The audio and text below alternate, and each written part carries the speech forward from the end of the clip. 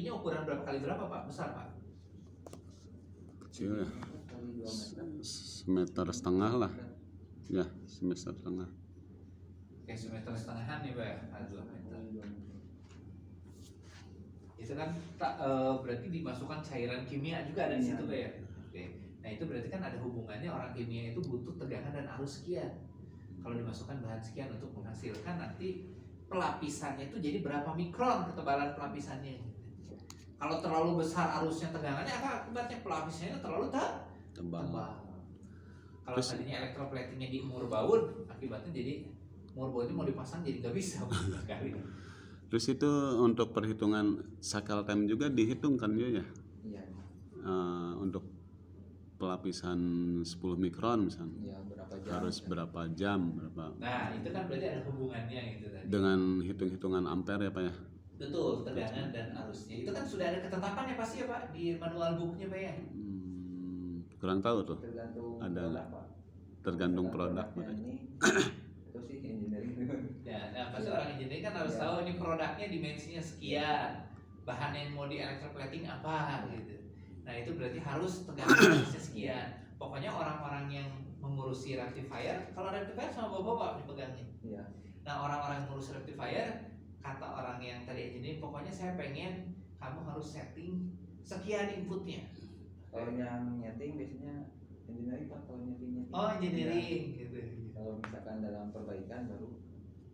Oh bapak-bapak tuh by maintenance-nya Iya, ya? maintenance. Nah, kalau untuk mau maintenance itu berarti harus tahu kan kira-kira kerusakannya apa, tahunya dari mana Pak laporannya? Laporan biasanya dari arusnya. Kan rusak itu belum tentu dia itu betul-betul tidak jalan, tapi rusak itu bisa dalam artian ini tolong diperbaiki. Karena apa? Hasil elektroplatingnya kok reject gitu. Nah, pernah nggak kayak gitu Pak? Pernah Pak. Nah, kalau seperti itu berarti bapak-bapak disuruh perbaiki, dikasih tahu nggak masalahnya apa? Cuma tadi masalah besarnya gini kan, kata orang engineering atau kata orang yang bagian apa di sana ada bagian yang mengujinya, hasil elektroplating itu diuji kan, di quality control. Misalnya di quality controlnya, ini nggak masuk nih. Oh, kata orang quality control, lalu orang quality control ke bagian engineering. Ini nih nggak bagus nih hasilnya segini. Nah coba analisa, berarti sama orang engineering analisa ya. Kenapa nih? Nanti orang engineering masih bingung. Ah udah ke bagian yang ini, ke bagian yang maintenance itu perbaiki itu rectifiernya. Kok ini saya dapat komplain dari quality control, hasil elektroplatingnya nggak rata atau ketebalannya apa terlalu tebal. Tapi orang engineering nggak ngasih tahu clue. Pernah nggak kayak gitu Pak? Iya Pak. Nah kalau seperti itu, kira-kira apa yang harus kita lakukan? Kalau ada gosong biasanya. Nah biasa kan kalau ada gosong itu biasanya kerusakan yang terjadi karena sudah istilah black out, sudah betul-betul rusak. Kalau ini kan kejadiannya adalah kerusakan yang alat itu belum black out, tapi kerusakan karena hasil produknya itu masih di bawah yang distandarkan. Misalkan elektroplatingnya harusnya itu ketebalannya misalnya 0,1 mikron, tapi dia plus minusnya harus plus minusnya 1%. Anda itu misalnya plus minusnya yang bapak-bapak itu hasil quality control plus minusnya 3%. Nah itu kan bisa terjadi seperti itu, dan itu berarti bukan kerusakan karena blackout. Nah berarti kan bapak-bapak disuruh mencari tadi. Oh kalau bapak mencari gimana ya caranya ya, orang engineering aja bingung, kita disuruh perbaiki gitu kan. Nah bagaimana caranya? Nah kalau tadi kata Pak Tantan ada komponen gosong kan ini belum blackout, gimana caranya? Nah, enggak karena dari hasil plating itu kan pasti ada gosong seperti platingannya Pak yang gosong tuh. Iya. Jadi barangnya. Bintik-bintik hitam gitu. Itu mungkin bisa jadi kelebihan arus. Mungkin dari rectifiernya kebablasan atau arusnya gimana gitu. Oke, nah kalau misalkan terjadi seperti itu apa yang harus kita lakukan? Maka bapak-bapak sebagai seorang meskipun bapak-bapak bagian maintenance, kalau saya sebut maintenance itu itulah engineering juga kalau juga kan. Ya, berarti apa yang harus dilakukan? Bapak-bapak harus punya grafiknya dulu. Kan kalau keluaran dari rectifier itu adalah tegangan. Kalau bapak-bapak kan yang perlu dicatat apa? Tegangan dan arus. Berarti hubungan tegangan dan arus itu hubungannya terhadap waktu. Nah, berarti nanti bapak-bapak di sini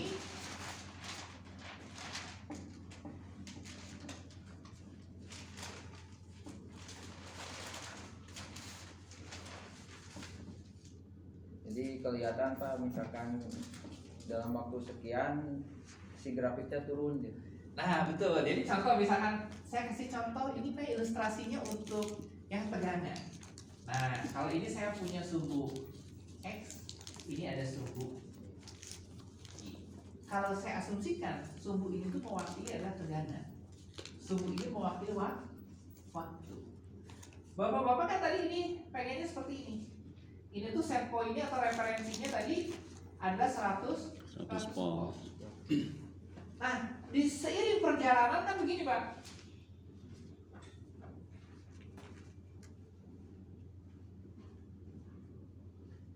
Nah, seiring perjalanan kan bapak-bapak bisa melihat grafik seperti ini. Tiba-tiba ada yang drop, naik lagi, drop, atau naiknya melebihi, turun lagi, stabil lagi. Nah, grafik-grafik ini yang perlu bapak-bapak lihat sebetulnya. Kalau misalkan terjadi seperti ini, maka kasusnya ada di mana? Di pengendaliannya yang kurang bagus.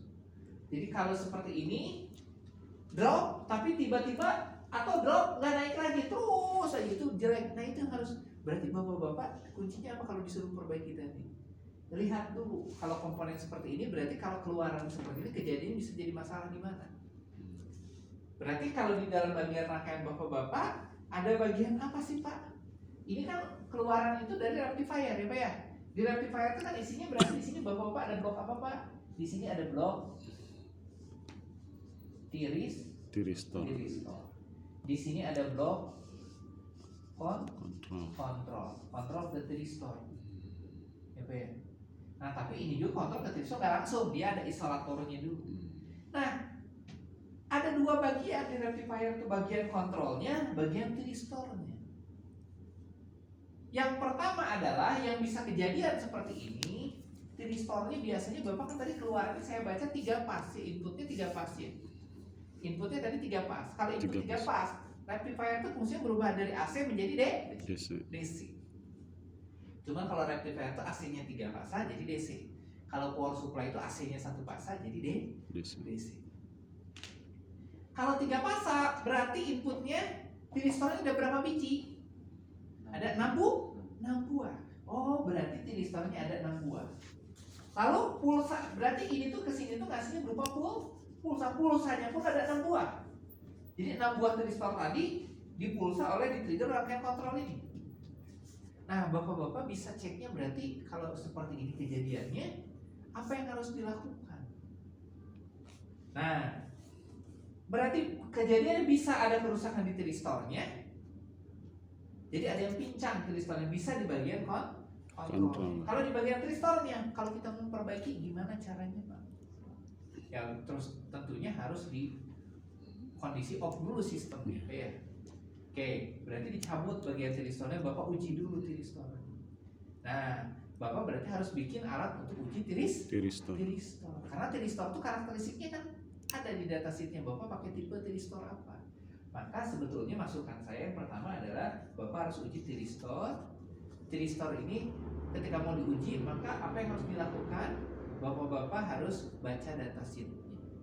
Yang namanya tiristor itu ada kemampuan arus maksimumnya, tegangan maksimumnya, sehingga keluar power disipasinya. Nah, power dan disipasinya. Nanti bapak-bapak bikin alatnya, ujinya betul nggak itu karakteristiknya? Atau jangan-jangan di sini ada 6 buah tiristor, tapi 6 buah tiristor itu kan kalau 3 fase jalan semua tuh, ada satu tiristor yang kurang sinkron waktunya.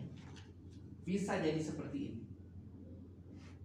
Makanya kalau untuk PR nanti bapak-bapak bisa kalau udah lihat sinyal ini udah bisa Pak? Udah ada? Ada dari sinyal. Ada di komputer. Di komputer kan udah ada di HMI-nya Pak ya? Jadi beda lagi Pak sama HMI, dia nyambung lagi ke komputer. Oh jadi setiap tabung tangki itu setiap rectifier tabung tangki ada komputer. Komputernya cuma satu, cuma bisa ngendaliin semua. Bisa baca semua. Oh berarti semua plan. Iya. Oh berarti dari DCS. Oke. Nah bisa kalau data ini yang Bapak bisa lakukan. Berarti kalau misalkan ada kerusakan, Nah, yang harus dilakukan bapak-bapak apa? Coba quality control itu tuh yang jam berapa? Ya Pak ya? Iya. Hasil pengujian barang yang jam berapa? Jadi bapak-bapak jangan asal ini dulu. Wah, ya udah saya perbaiki enggak? Bapak-bapak harus kritis juga ke bagian orang apa? Quality. Quality control. Ini produk yang di quality control yang diproduksinya tanggal berapa, jam berapa, menit ke berapa, gitu ya? Iya. Sehingga langsung bapak-bapak punya akses untuk melihat ini, Pak. Bapak punya akses untuk melihat ini kan? Nah, begitu udah itu bapak akses ini, lihat yang tanggal segitu, jamnya, menitnya, detiknya, lihat sinyalnya. Oke. Kalau ternyata betul di sinyalnya ada seperti ini dengan barang yang tadi bapak analisa, oh ini kenapa ya seperti ini? Baru bapak-bapak bisa analisa. Tapi kalau misalkan yang jam segitu tanggal, bulan, tahun, menit, detiknya ternyata dia grafiknya lurus terus kok. Nah, trouble-nya berarti ada di mana? Bukan di elektronik, di bisa jadi di kimianya gitu kan. Jadi ini tuh maksud saya itu adalah prosedur untuk memperbaiki itu sebetulnya kita harus punya SOP-nya gitu. Nah, saya nggak tahu di sana ada SOP-nya atau enggak, dibuat atau tidak gitu. Nah, kalau misalnya ada SOP-nya enak Pak. Oh, kalau saya dikasih barang oleh quality control ke orang engineering ke orang maintenance nya perbaiki pokoknya. Nah, Bapak harus punya data. Datanya apa? Ini produk yang jelek ini, gosong ini di elektronik yang jam berapa? Yang hari apa? Menit detiknya apa? Baru setelah itu Bapak kan punya kemampuan untuk akses tadi ya. Nah, akses ini kan punya dikasih wewenang akses grafik. Oh, ada Pak? Enggak, cuma ini aja ke operator ini minta tolong gini. Oke, nah tapi kan ke operator bisa minta tolong yang jam sekian ya, dan hari sekian jam sekian, minta grafiknya. Kalau ternyata di grafiknya lurus, nggak ada masalah, berarti kesalahan bukan di elektrik. Kalau ada di grafiknya ada yang masalah, oke, berarti Bapak lanjutkan ke tahap prosedur yang kedua, yaitu bagian apa yang harus kita perbaiki, kita cari. Nah, Bapak berarti masuk, oh berarti kalau seperti ini dua kemungkinan sih sebetulnya. Apakah di bagian kontrolnya atau di bagian tiristornya. Oke, nah kalau misalkan sampai gosong seperti itu, biasanya apa? Oh berarti ada arus yang lebih. Oke, nah langkah berikutnya berarti Bapak-bapak, langkah kedua tadi perbaiki ininya dulu atau ininya dulu. Oke, saya mau perbaiki ininya dulu, berarti kan rectifier-nya ditutup dulu, artinya dimatikan dulu. Berarti komponen tiristornya Bapak cabut satu-satu kan? Iya. Lalu karena kita mau menguji tiristor ini, langkah berikutnya apa? Cari datasheet-nya sama Bapak-bapak. Datasheet sudah dapat kan? Oke, sudah dapat. Di datasheet-nya Bapak baca kemampuan arusnya, kemampuan power disipasinya. Oke. Kalau itu sudah dapat, berarti bapak-bapak cara ujinya gimana? Ya mau nggak mau harus punya alat uji untuk komponen tiristor. Dan ini alat uji untuk komponen tiristor tuh nggak ada yang jualan Pak. Bapak-bapak harus bikin sendiri gitu. Atau cari orang yang bisa bikin custom. Saya biasa menggunakan misalkan di komponen tiristornya tipe ini. Saya tolong bikinkan ke orang custom itu untuk menguji kemampuan komponen tiristor ini itu sebetulnya bagus atau tidak. Karena terserah. Tiristor yang sampai udah ratusan ampere kayak ini 500 ampere, 100 ampere, harganya itu bukan puluhan ratusan ribu, harganya udah jutaan. Komponen tiristornya sering rusak nggak Pak? Komponen tiristor tempat Bapak? Ada sih yang rusak. Nah, kalau taunya rusak gimana? Betul-betul mati total kan? Iya. Tapi kan kalau masih seperti ini artinya masih kerja. Ya, belum mati total. Karena Ya, cuman kan jadi masalah dia kemampuannya jadi tidak maksimal. Kalau tadinya dikasih beban misalkan harus bisa kuat dikasih 80% beban, dia tuh baru dikasih 60% udah kadang-kadang goyang, bermasalah gitu Pak. Maka bapak-bapak sebetulnya harus membuat ini. Ini kan mungkin harganya bisa dulu aja. Saya waktu kuliah tahun 2001 sambil kuliah kerja di perusahaan rectifier di Gede Bage. Nah, itu harga yang berapa yang 100 ampere itu udah 800-900 ribu, yang sekitar 100 ampere sekarang mungkin harganya udah 2 juta, 3 juta harganya. Nah, kalau seperti ini kan bisa harusnya diuji. Nah, gimana bikin alat ujinya? Nah, alat uji untuk komponen tiristor. Nah sehingga kita bisa tahu keenam-enamnya diuji. Nah kalau misalnya bermasalah, artinya kan dia sebetulnya tuh dia masih bisa dipakai, cuma dia untuk beban-beban tertentu dia nggak bisa gitu. Nah berarti kan Bapak bisa singkirkan ke pinggirkan. Oh berarti kalau ketemu ininya rusak. Kalau di sini udah diuji semua bagus, berarti ada di bagian sini. Nah kalau di bagian sini, biasanya kalau bapak-bapak untuk bagian kontrol itu bisa menggunakan kontrolnya dia menggunakan metode PID. Kalau menggunakan metode PID, berarti di sini bisa menggunakannya analog, bisa menggunakan digital. Kalau di sininya di rectifier ini bapak-bapak gunakan komponennya PLC, berarti dia digital. Kalau analog, berarti kontrol sini menggunakan op-amp. Nah ini bapak-bapak harus mengatur parameter apa? Parameter KP, TI, dan TD-nya. Nah bapak-bapak harus mengatur ini parameter KP, TI, TD. Ya, nah parameter ini bisa disetting, bisa. Kalau pakai PLC tinggal disetting di PLC-nya. Kalau pakai PID-nya pakai analog bisa disetting, mungkin ada potensio, ada trim pot. Nah itu untuk melihatnya. Jadi untuk melihat orang maintenance itu sebetulnya ya kembali tetap harus ada ke data gerak. Kalau misalkan di kelihatan tuh pas ada produk, terus kita coba lagi di trial pakai barang dengan dengan voltase yang sama, dia garisnya terus, itu gimana Pak? Bagus. Tapi tadi harus diperhatikan adalah produk yang cacat itu waktu dimasukkan ke situ Jam itu harus berapa? detail. Jangan sampai produknya berbeda, dimensi produk yang dimasukkannya berbeda. Karena kan yang namanya Pak ada jarak waktu antara misalkan dari yang pertama waktu pertama ke yang ini berarti ya, hingga yang grafiknya turun. Iya. Nah yang perlu diperhatikan lagi sih sebetulnya sama bapak-bapak di lapangan adalah tadi suhunya juga. Jangan-jangan ternyata pada saat suhu juga harus stabil nggak Pak? Iya. Jadi kalau di tangki itu yang perlu diperhatikan apa Pak? Tegangan, arus di tangki Cuma temperatur sama temperatur ya. Oke, nah itu yang perlu diperhatikan. Nah itu juga ternyata jangan-jangan si temperaturnya juga naik turun melebihi yang yang ditentukan. Padahal kan harusnya ada plus minus berapa. Cuman ini maaf Pak, kalau misalkan terjadi itu seberapa besar sih Pak kalau electroplating? Itu tuh benda-benda yang di electroplating itu bendanya itu dikasih dari Airbus-nya atau dari apanya? Atau bendanya emang diproduksi sendiri juga? Diproduksi di sini dulu. Iya. Baru masuk ke proses selanjutnya ke electroplating. Oke. Berarti bukan benda dari Airbus atau dari Boeing yang di electroplating, bukan ya? Bukan. Oke, tapi emang bahan dasarnya udah dibikin dulu, objeknya dibikin dulu di sini, dibikinnya di PTR itu juga. Iya, di Bandung. Jadi langsung proses selanjutnya masuk electroplating.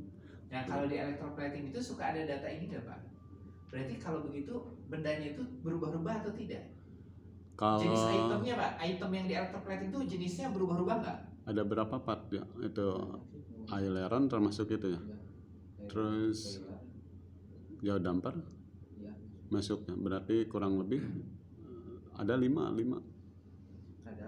produk. Nah kalau ada 5 produk seperti itu, apakah 5 produk itu pernah boleh jadi masuk di dalam satu tangki atau enggak? Nah, Kalau di electroplating Boleh Pak, cuma kan programnya beda lagi. Programnya beda-beda ya. Ininya dia program ini. Ya karena tadi sebetulnya di program itu mau bahan itu tuh dia ada dianggap hambatan beban. Ya dimasukkan berapa biji? Satu tangki, satu rectifier. Iya. Cuma pengontrolnya satu ya. Iya, pengontrolnya satu.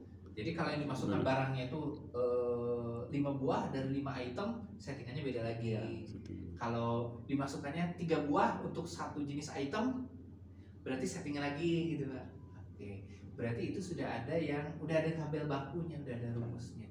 Berarti sudah ada ketentuan bahan itu tuh R-nya berapa gitu yang dimasukkan.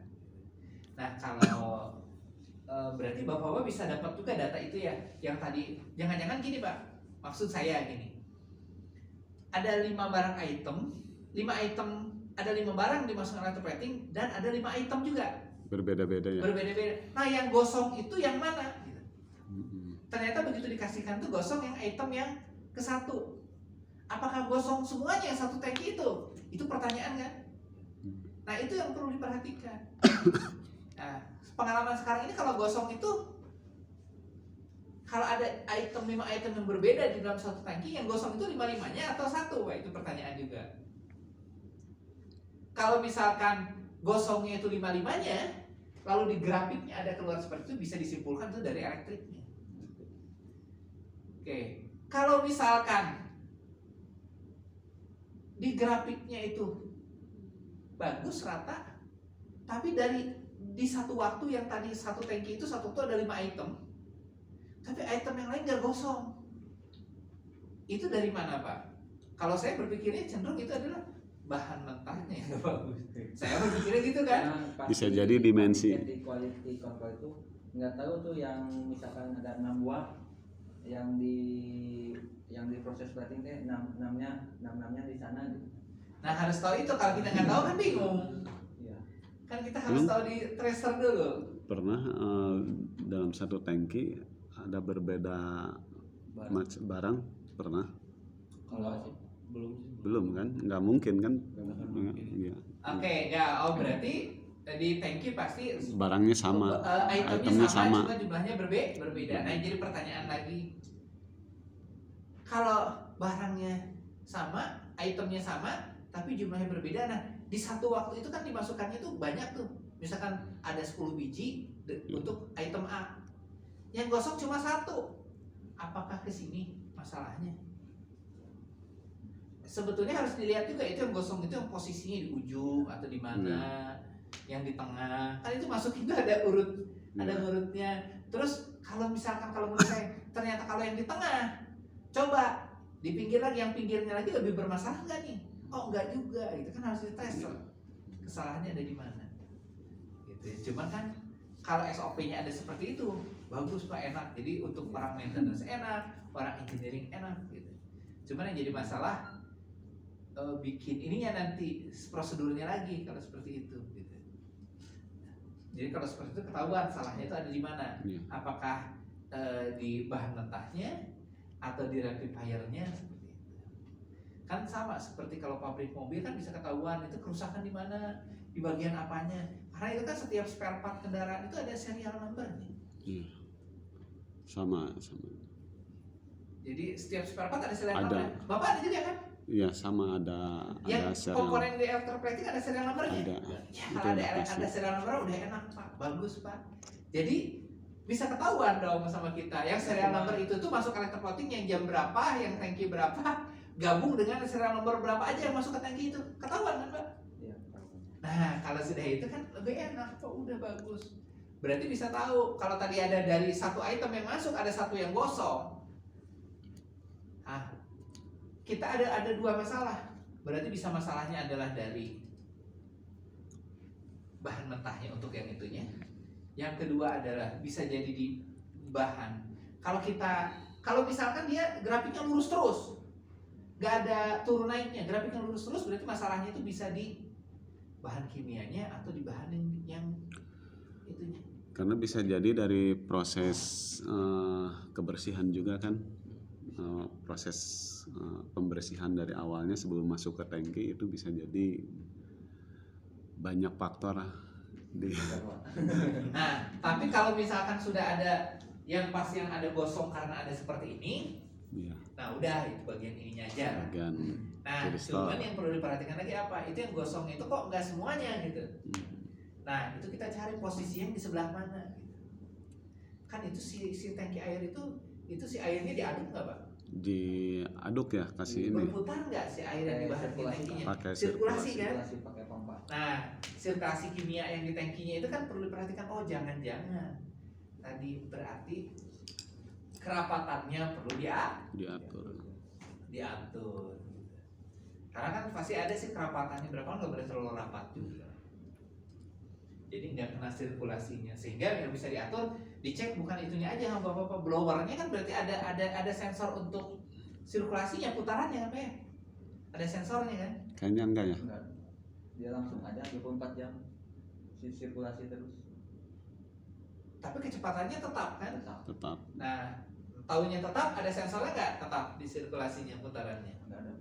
Nah, jangan-jangan kan sudah ada yang suatu saat kan namanya fluida, ada larinya nggak sama, gitu.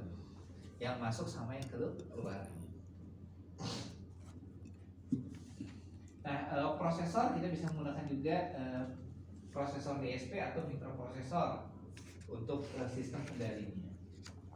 Nah, jadi kalau menggunakan DSP itu Bapak bisa menggunakan komponennya berbasis elektronik program. Nah, berikutnya apa itu microcontroller DSP? Nah, di sini menggunakan microcontroller untuk menggunakan digital signal processing. Nah, di sini ada memori, ada RAM, ada ROM. Nah, microcontroller itu lebih efisien. Jadi sebenarnya kalau PLC itu di dalam isinya microcontroller, sebetulnya komponen utama itu adalah mikroprosesor, Pak. Cuma nanti produk jadinya dari mikroprosesor itu ada komputer, ada ke microcontroller. Nah, kalau mikroprosesor dengan mikrocontroller apa bedanya? Nah, jadi sebetulnya cikal bakalnya sesuatu itu dari ini dulu, Pak, dari digital komponen itu. Kan di sini tuh ada analog, digital. Nah, digital dikembangkan lagi, di sini ada mikroprosesor. Kalau mikroprosesor itu bedanya dengan digital apa? Kalau digital itu ada gerbang N, OR, logic 1, logic 0. Kalau di sini bedanya apa, Pak? Di sini sudah ada arithmetic logic unit, berarti dia sudah berbasis program. Nah, programnya ditanam. Nah, ditanam itu di dalam sini berarti ada yang disebut dengan ROM. Di sini sudah ada, selain ROM ada RAM. Jadi ada untuk menyimpan data, menyimpan program kita di sini. Oke, jadi nah tetapi yang mikroprosesor itu intinya mikroprosesor itu hanya ininya aja, hanya alumnya saja, Pak. Programnya, ROM-nya dan RAM-nya terpisah. Nah, lalu dikembangkan lagi ada yang disebut dengan controller. Kalau microcontroller di sini ALU, ada ROM, ada RAM. Nah, ini sudah ada di dalam satu chip. Jadi microcontroller itu apa? Single chip IC yang di dalamnya sudah terintegrasi prosesor, arithmetic logic unit, memori, RAM dan ROM. Kalau yang ini, coba aja komputer bapak-bapak cabut RAM-nya, nggak akan nyala komputer. Karena artinya mikroprosesor itu ya hanya isinya hanya ALU aja. Untuk dia bisa bekerja butuh ROM, butuh RAM. Makanya kalau di komputer RAM ROM-nya dipisah.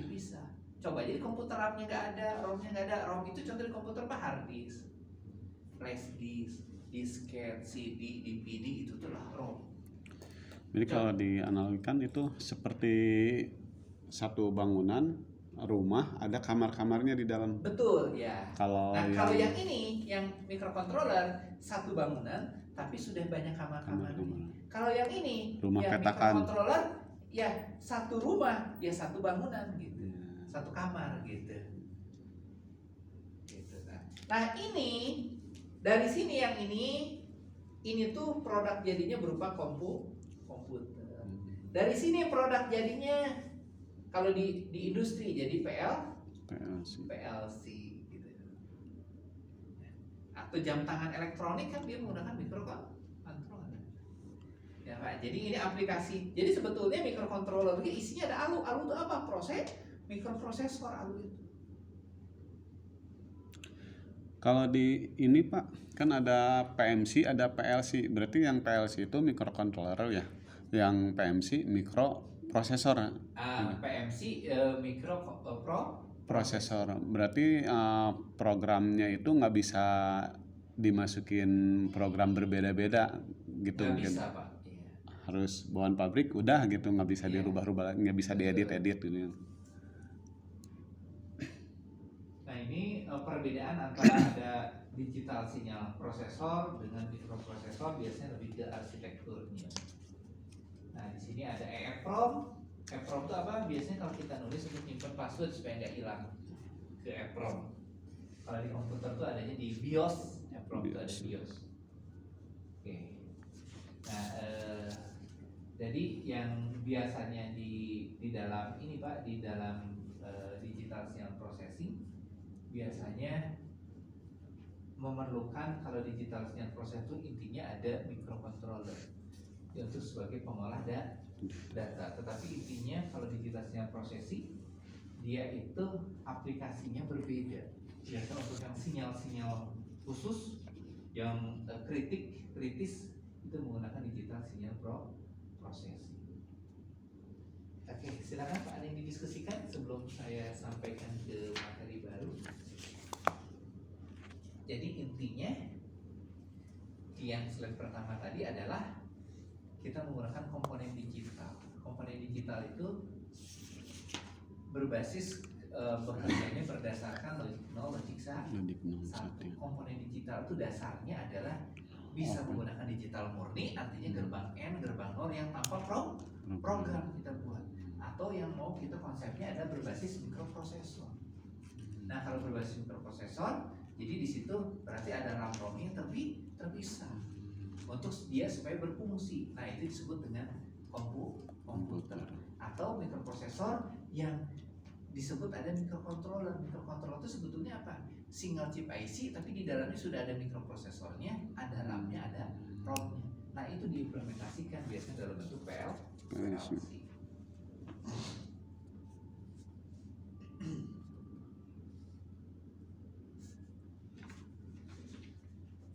Oke, berikutnya di sini ada ini Pak, materi untuk proteksi.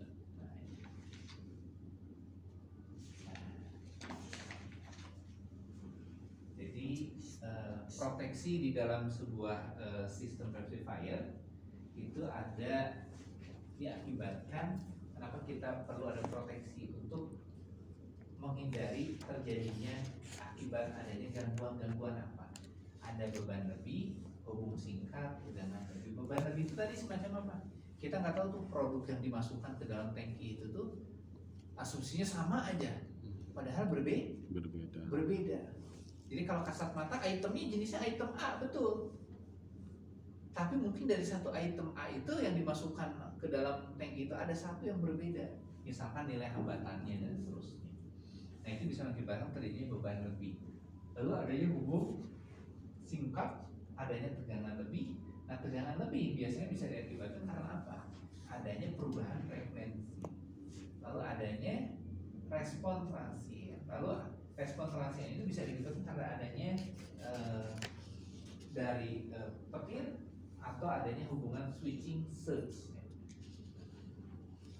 Lalu ada gangguan stabilitas. Nah, usaha untuk mengatasi gangguan biasanya kita bisa menggunakan apa Pak? Menggunakan peralatan yang dapat diandalkan.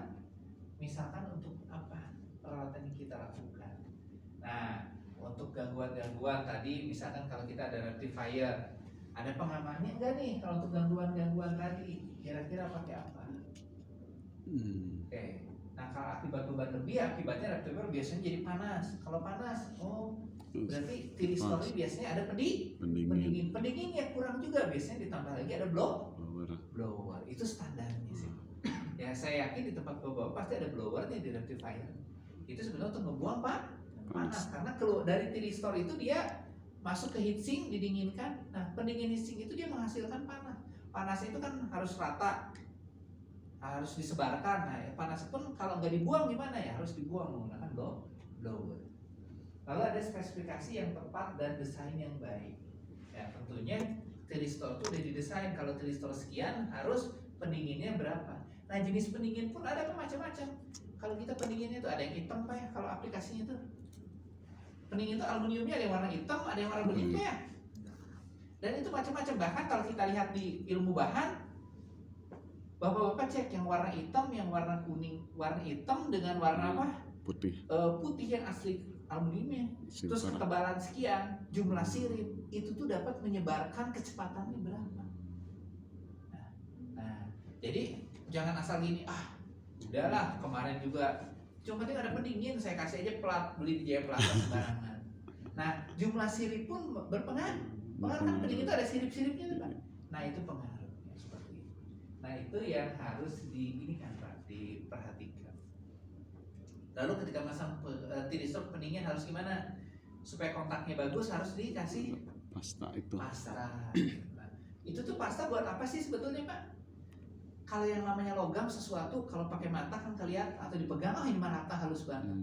Tapi kan itu kalau dipakai osiloskop mikron itu tuh ada bergelombang dikit seperti apa gitu ya, nggak rata. Pasta itu untuk supaya nanti yang masuk ke pendingin itu rata banget.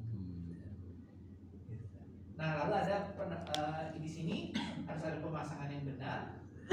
Nah, berikutnya harus ada penggunaan komponen yang baik, tidak boleh ada komponen yang dihilangkan. Lalu ada operasi dan penggunaan yang baik. Nah, cara mengatasi gangguan biasanya mengurangi besarnya arus gangguan. Nah, melepas bagian sistem yang terganggu dengan menggunakan PMT atau relay pengaman. Ini bicara ke gangguan yang listrik. Nah, penggunaan pola load shedding dan sistem splitting. Lalu penggunaan relay PMT yang cepat untuk menghindari gangguan instability. PMT ada sampai gangguan, biasanya ini gangguan akibatnya dari sumber gardu PLN. Ya, jadi harus ada gangguan pakai relay pengaman. Cuman saya yakin kalau bapak-bapak kan di Bandung, industri gede bagi, itu udah urusannya PLN. Ya, kalau ada gangguan di sebentar Pak, saya ke belakang dulu. Break dulu gitu Pak. Kenapa? Kopi break dulu. Kopi break dulu. Dan jam berapa Pak? Jam 10. Ah iya, udah jam 10. Kalau gitu Pak, kopi break dulu Pak.